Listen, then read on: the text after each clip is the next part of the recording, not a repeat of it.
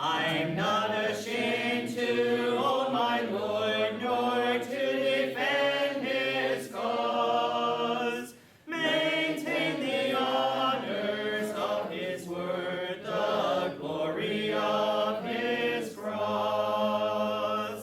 All right, so we have been dealing with the content of the book of Mark.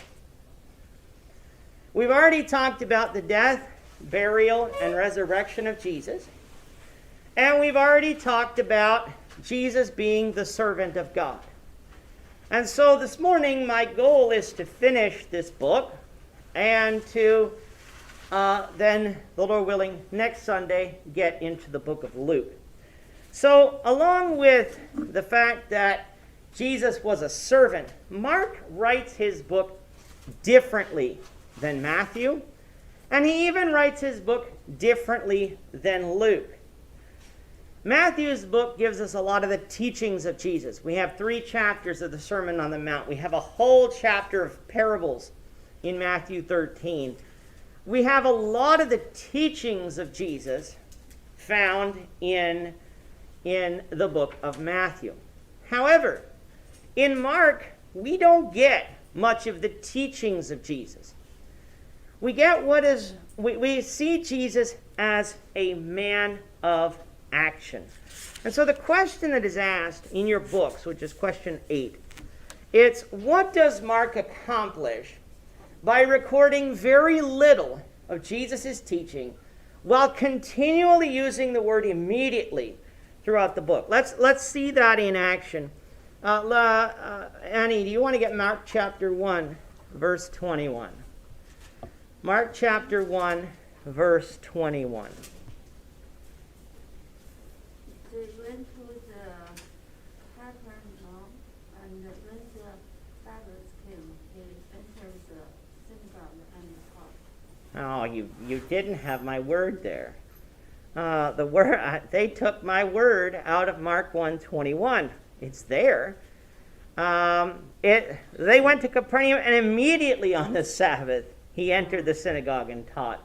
Now your version just doesn't have it, but it is there. We see this throughout the English versions of the book of Mark. And you come down to verse 29. Now, as soon as they had come to the synagogue, we see this word immediately throughout the book of Mark.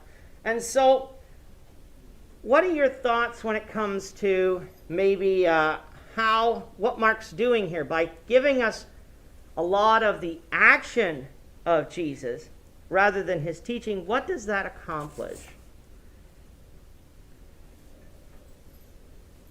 I know I don't have a lot of my commenters here yet, but what does that accomplish? Think about if we were looking, if we hadn't heard of Jesus before, and we heard that he was a prophet, we would expect to hear some of his teachings. But by showing that he was going from place to place to place, what do we also see about Jesus, if I can put it that way? If not, I can answer the question, but let's see if you guys can think along with me. Trying to spread the news. Sure. Trying to spread the news as much as he could. Okay. We see him not being as a preacher who stays in one place and has the people come to him. He goes out to the people. There are preachers around this world today who do a lot of traveling. I'm not one of those preachers at the moment. I've preached here. I do, well, in coronavirus year, I've done no traveling. But I do a little traveling, but not overseas. There are other preachers who I admire greatly who go overseas and they teach people. They go to Africa, they go to East Asia, they go to Europe. You might think, well, Europe is a Western continent, and maybe it's not as in need of the gospel as Africa and Southeast Asia is. Every place needs the gospel, first of all. But when you think of Europe itself, Europe, if you actually go there, is a very secular place. You have probably a lot more difficult task in Europe than you will in Africa and Southeast Asia. Because in Africa, the people are religious. They're just religiously wrong. And they are poorer, so they have an opportunity to hear about the gospel, and they have an opportunity to, or they have a more, maybe, because they aren't so busy with the day-to-day things of this life, they have more time to listen. But the gospel needs to go out everywhere, and we need to send preachers to be able to go out. If we don't send preachers, if we just stay in one place, then yes, the gospel may go out here, but it doesn't go out farther. And so this congregation has helped in the past, some with some aid to some nations, but we at least with some of our technology, we open up the gospel to the world farther than we can send it monetarily. But we should be praying for those, and if we can individually help those who go out and send the gospel to the whole world, that's good. Jesus, when he was on earth, he could have said, all right, I'm going to Capernaum. My teaching city is going to be Capernaum. If you want to come hear me, you want to come be healed, you come to Capernaum. Why might that have been more difficult for the people? Not Jesus, but for the people. If he had just stayed in one place.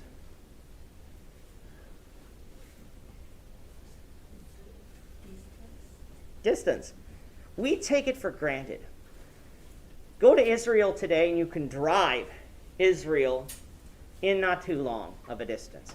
I think you go from north to south in probably, I don't know exactly how long, but it's hours, not days. Because Israel is really not that big. But at that time, it's still a very mountainous area, so you had to walk.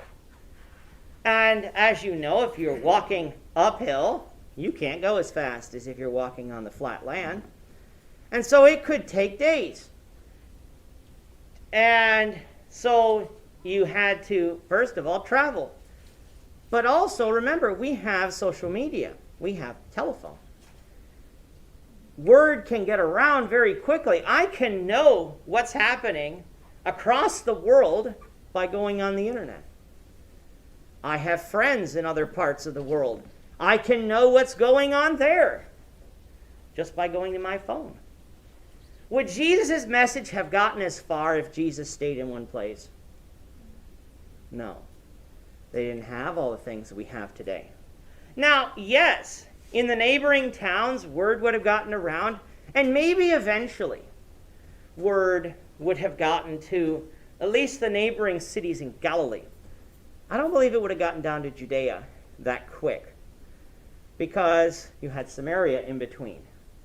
Now, obviously, word did travel because Jesus traveled. He taught a lot in the different cities. And so, as Jesus traveled, you got larger crowds. And when you get larger crowds, what happens if someone important comes to town? We turn on the television, we see large crowds. That often tells us, oh, well, maybe something important is going on. And so you see these large crowds, and people get inquisitive. Well, what's going on here? Who's this? And so it invited people to come and actually see what was going on. And so that helped Jesus.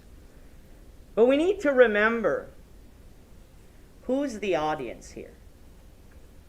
Who's the original audience of the book of Mark? Or at least one of the original audiences.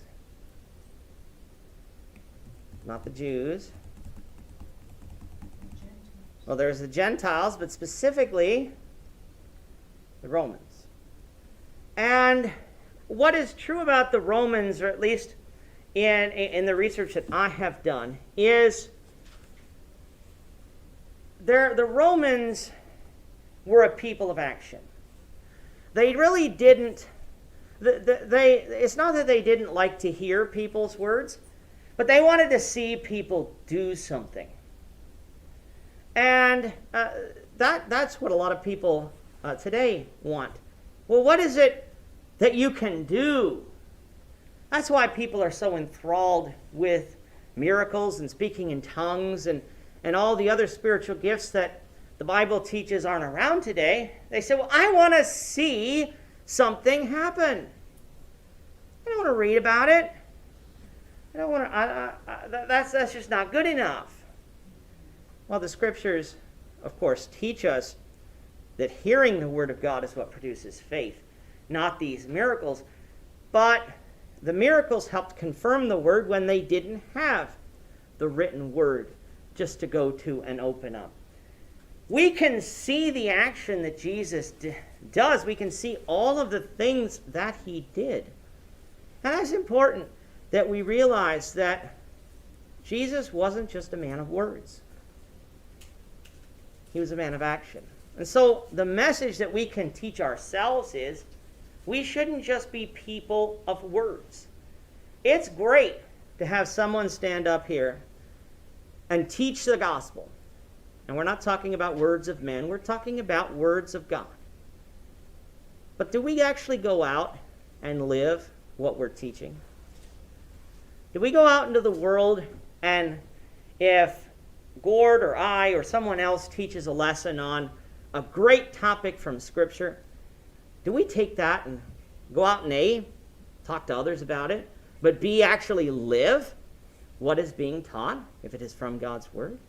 I hope the answer is yes. And if the answer is not yes, then we need to change. Jesus not only talked the talk, but he walked the walk too. He did exactly what God wanted him to do. And so, by Mark emphasizing all of the actions, we get a more complete picture of Jesus.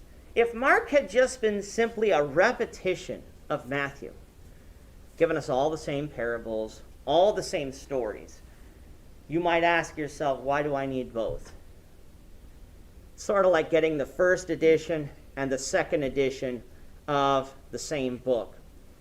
And you come along, well, there might be a couple of changes here and there so that the first edition is either, the second edition is either improved upon the first edition or has changed something here or there. But really, a lot of people would come along and say, do I really need the second edition? And when it comes to the scriptures, in Matthew, Mark, Luke, and John, they say, well, it's just a biography of Jesus. Do I really need all four? Do I really need all four?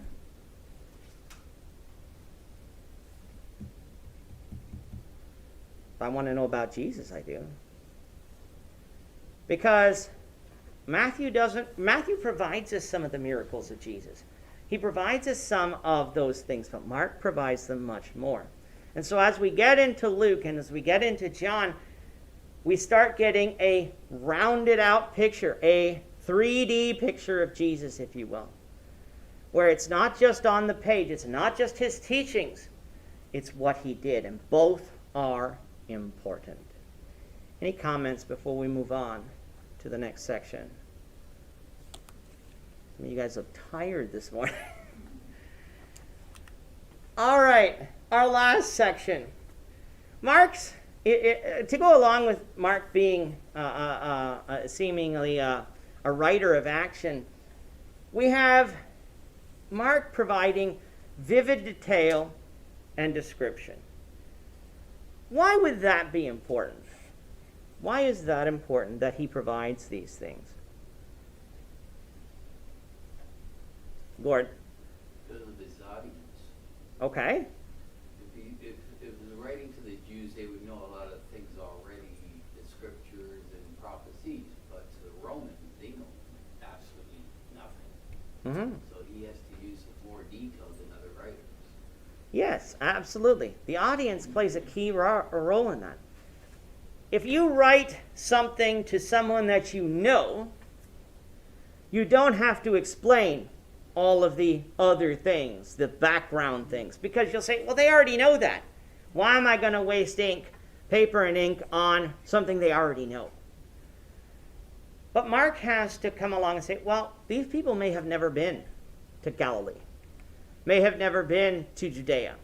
So when I describe Israel to them, I'm probably going to have to say, all right, this town is near this, or this town was on a hill, or this town was across the Sea of Galilee.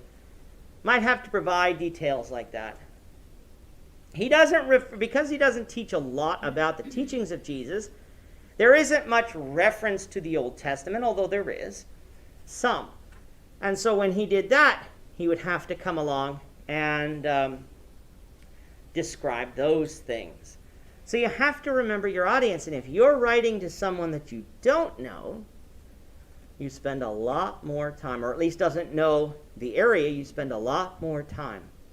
If you were to describe the city of Toronto to a Torontonian, you're going to describe it differently than if you were to describe it to a Venezuelan, because they may have never been here. And so our question asks, what vivid details are provided in the following passages? So we'll get some reading now. We'll start with Annette. Make sure you speak out when you read up. Remember, you're wearing masks. Mark chapter 2, verse 4. We'll come back to Dion. Mark chapter 3, verse 11. Back to Christina, Mark 4, 37 and 38. We might as well get both of them. And then Gord, Mark 6, you'll get verse 31, and Calla will get verse 39. So we'll start with Mark chapter 2, verse 4. And when they could not come near him because of the crowd, they uncovered the roof where he was. So when they had broken through, they let down the bed on which the paralytic man was lying. So, what descriptions do we get here? That, like, as far as, if you were to picture this in your mind, what would you be picturing? There was a crowd over there. All right, so we have a large crowd. So we have this large crowd, and what else happens?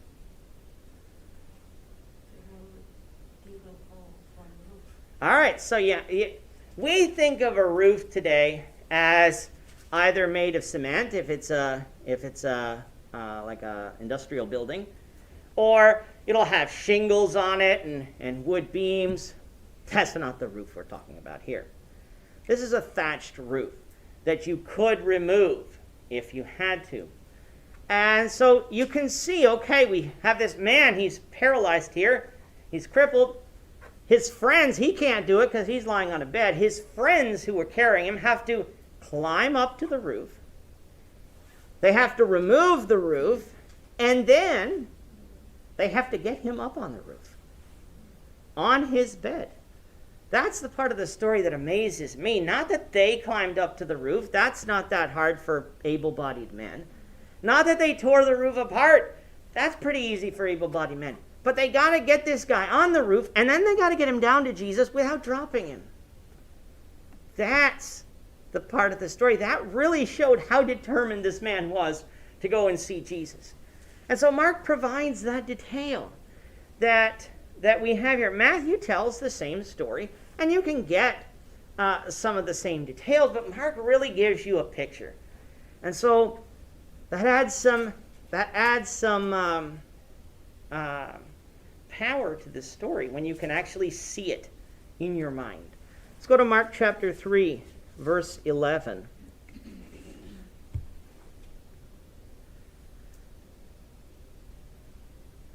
And that's Dion.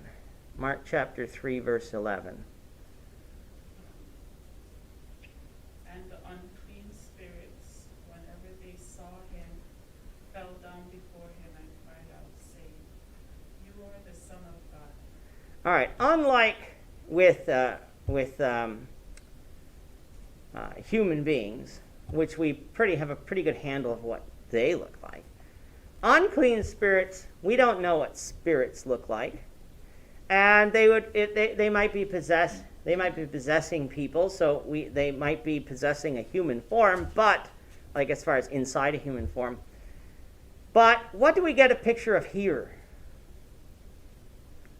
What's Mark telling us here? Who? Yeah, well, they're not. Yeah, they're not. They're obeying what Jesus said in one sense, like as far as they're recognizing who he is. They're not obeying Jesus in the sense that we would talk about. No, Yeah, they're fearing him, in other words. they're fearing him. Yes, they know who Jesus is. We have people today who want to come along and say Jesus doesn't exist. God doesn't exist. I don't believe in him. The demons didn't obey God, yet they fell down at Jesus' feet. Callum. Well, there's a scripture that says that even the demons believe and tremble. Yeah, that's James chapter 2. If they could tremble, I mean, and they're demons, we should be too. Yeah. Demons know that God exists because they're spirits. Spirits know that God exists. Spirits don't live in the physical realm as far as only in the physical realm. Don't ask me a lot about demons. I don't know a lot about demons because the scriptures don't tell us a lot about demons. I can know what I can know from scripture, but I don't speculate into other things.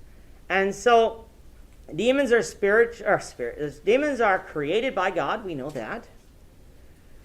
Because the only one who is not created is God. Everyone else, everything, whether it is in this physical realm or even the devil, is created. They didn't have to wonder, though, does God exist? They know God exists.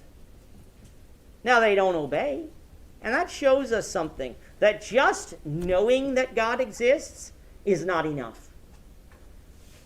I know that God exists even though I have not seen him. I've seen all of the wonders of this creation. I know that God exists. I'm confident in that. However, just knowing is not good enough. The demons have that belief. You actually have to obey. But here in the picture of Mark chapter 3, we see these demons falling down. It's not the demons just saying, "You are the Son of God." No, they're falling down at Jesus' feet, saying that. When you fall down for somebody, you are showing them awe and reverence. They're recognizing they are in the presence of God, and even though they don't obey, they do recognize a difference between God and man. And so these demons, they cried out saying, "You are the Son of God." It's quite an amazing story here. Christina, Mark chapter 4, verses 37 and 38. And there arose a fierce gale of wind, and the waves were breaking over the boat so much that the boat was already filling up. Jesus himself was in the stern, asleep on a cushion, and they woke him and said to him, "Teacher, do you not care that we are perishing?" All right, this is a story to me that if it was not so serious, it's sort of funny just the way Jesus is behaving here. He's not behaving in any wrong way, but what happens when people, if you're flying on an airplane and you run into turbulence, what's the reaction of most people? They get scared. Why? Pardon me? No, the possibility, like they're looking at the possibility of something happening. Yeah. You run into turbulence. It's very nice to fly at 33,000 feet if it's just smooth sailing all the way through. You're like, the pilot's got this. Pilot's got all the training up there. I have confidence in the pilot. And then the plane starts rocking. And you're like, oh, well, pilot's now got to have some very good skills. Not to tip the plane to the left, to the right, go up or down. Pilot's got to control the plane.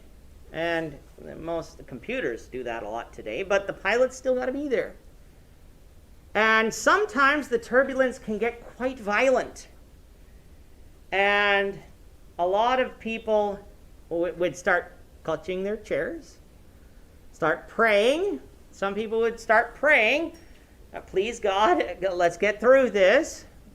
Ask Naomi sometimes. She experienced quite the turbulence over Peterborough coming into land at Toronto one time. I won't tell the story, but if you want to know, just ask her. But turbulence is bad. Now, all right, they didn't have planes. They were on the Sea of Galilee. What do we get from verse 37? What do we get from verse 37? Of what description is Mark giving us there? They can't control what's going on. All right, so they're they can't control it. Why? The waves were so high that it was filling up the boat. Okay, we think of large ships. They're in a sailboat that doesn't have large large walls. It will be large enough, like as far as it's carrying the disciples and Jesus. So, but the waves are so high on the Sea of Galilee, the wind has stirred up that lake. If you don't know, there's a mountain chain on the east side of the Sea of Galilee, which is why the winds, when they start blowing, they will swirl, hit the mountain, come back, and do it all over again. And the weather on the Sea of Galilee, even today, is still quite bad when you get into a storm. Lake Ontario, you go out to Lake Ontario in a storm. It's if you're out on a boat, it can get quite bad.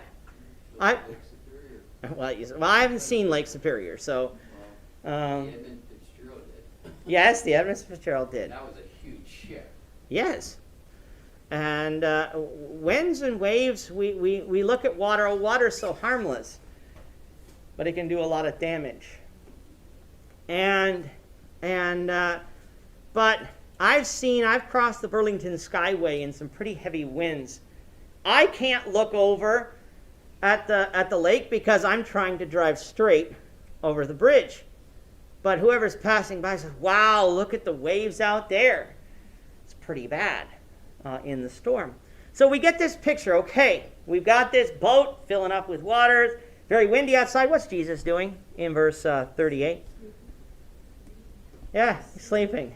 People say, "How in the world can you sleep during this?" There are some people that just can, though.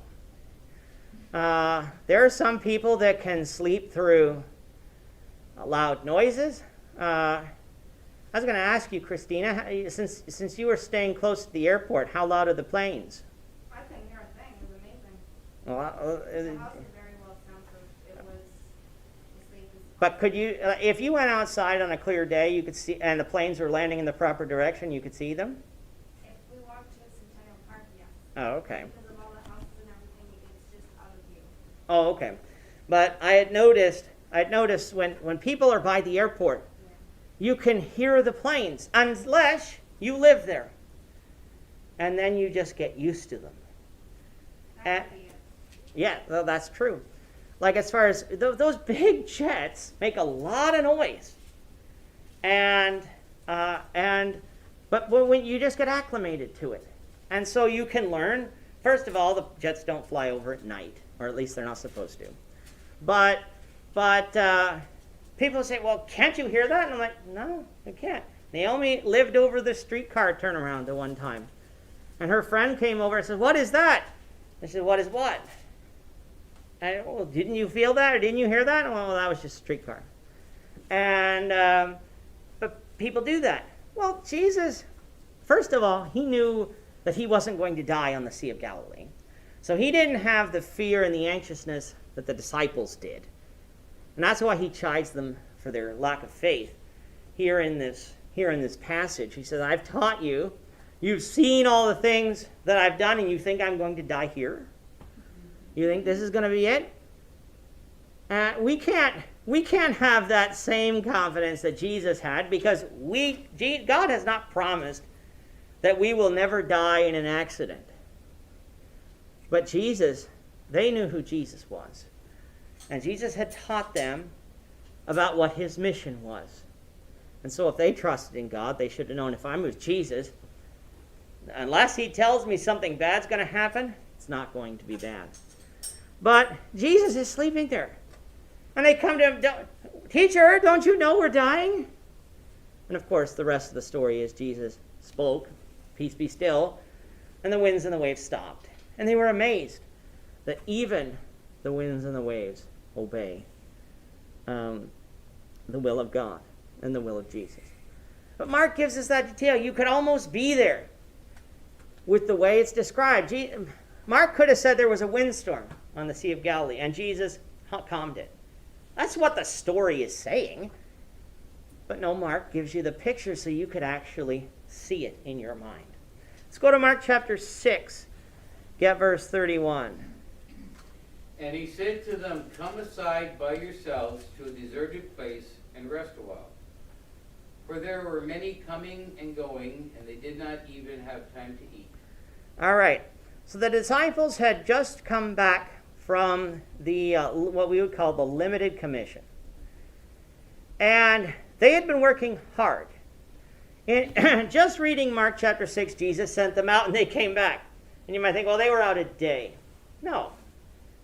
They were out probably 6 to 8 weeks. Matthew would give us that Jesus actually did some things during that time when they were out. Jesus didn't take a vacation, but he was preparing the disciples for what their task was going to be in the future. And so they got back, they're tired. When we work too much, we need vacation. It is not wrong to take vacation. The disciples needed to take a rest for a certain period of time. Not forever. If we're able to work, we should be working in one way, shape, or form, whether that is physical labor or when we get older and we're not able to do that. Perhaps that will give us time to do some spiritual work that we could not do if we have the means to retire from physical work. That doesn't mean we lounge around and do nothing all day. We could be useful for God's kingdom in those situations. But it is not wrong to take a vacation. I've been on one for a week. I have another week coming up this week. But even on my vacations, I don't get a full vacation like some people do. Now, during non-COVID years, I actually do go away. But not when you're not allowed to travel. But so we have here, what's Mark describing here? It's not as much as maybe some of the other verses. Where does he want Jesus, or where does he want the disciples to go? To go to a secluded place to take a rest, to take a break. Okay, so first of all, a deserted or a secluded place. If you want to have a true vacation, you don't go to a big city, because that's going to be a lot of hectic travel going on. Now, some people take vacations. They want to sightsee in some of the major cities of the world, Paris and London and New York, and if you go to South America, you maybe in Rio or someplace like those things. You can get the bigger cities. You want that experience. But if you want a quiet vacation, you go to the beach. Like as far as you go to a place that has beaches and just quiet places. You can just rest and relax. That's what Jesus wanted the disciples to do. Why did they have to go to a deserted place, though? Why couldn't they just rest in the house? Because there was a big crowd and they couldn't do that with a crowd around. Sure. There was large crowds coming and going. Try taking a vacation. Try taking a staycation at home. If you have a large family, it ain't going to work. People will come, can you do this? Or I need this done, or this, that, or the other. Couldn't do it when you have people coming and going. So that's what Jesus said for the disciples to do. Now, we have, if we know the rest of the story, we'll get to that in a second. We know that really didn't work because the crowds followed them anyway. Let's get verse 39. And he commanded them all to sit down by groups on the green grass. All right, so we have the feeding of the 5,000 here. And I wanted to make sure that was the 5,000, not the 4. But so we have the feeding of the 5,000 here. Mark could have just said, Jesus took 5 loaves, 2 fish, and fed them. What did he do? What descriptions do we have here? They need to be in groups, so I guess it's easier to count or to know how many people were there. Sure. It's organized. If you just have a mob of people trying to get food, say we have a food drive, and we're feeding the poor, and there's no organization, what will happen? Chaos. Why? Like, as far as what will actually happen? It'll be chaos, you're right. Well, some will get food, some may not get food, and some who got food will come back and get more. That's right. That's what I was looking for. Yes. You're going to get, in the beginning, okay, you'll have first groups of people. All right, I'll give you this, you this, you this, you this.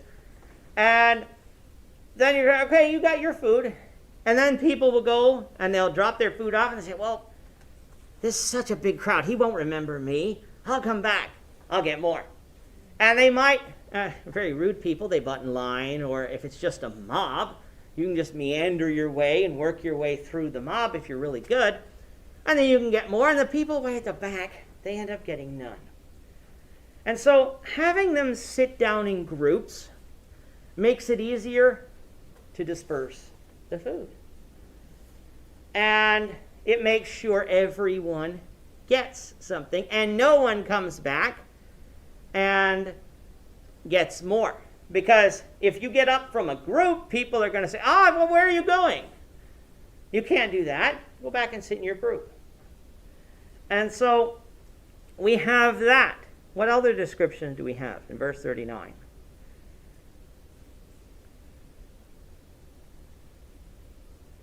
What else does Mark describe for us? Green grass. On the green grass. So we're not in complete desert with sand. We're in a field where there is grass. It is the time of the year where there would be green grass. So Mark, you can sort of see, okay, we have this field here, large groups of people, and Jesus is going to feed the multitudes. And so all of these vivid details, you can read through Mark. Mark is a very good writer at allowing you to picture things.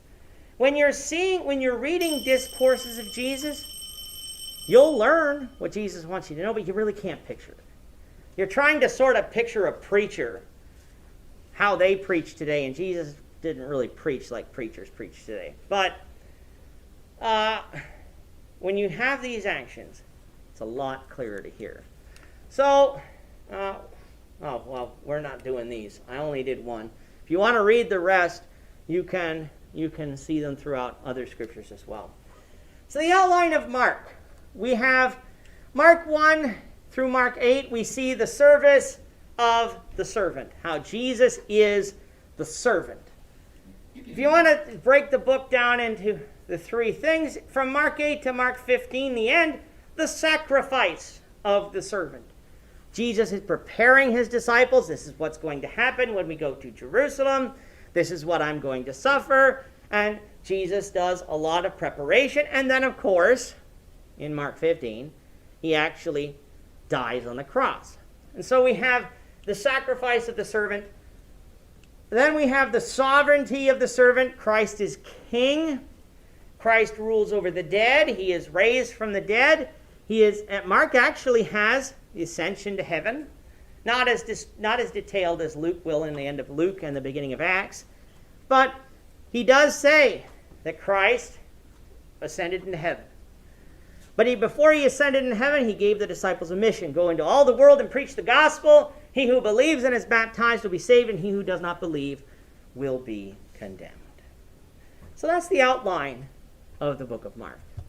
I'm not ashamed to own my Lord, nor to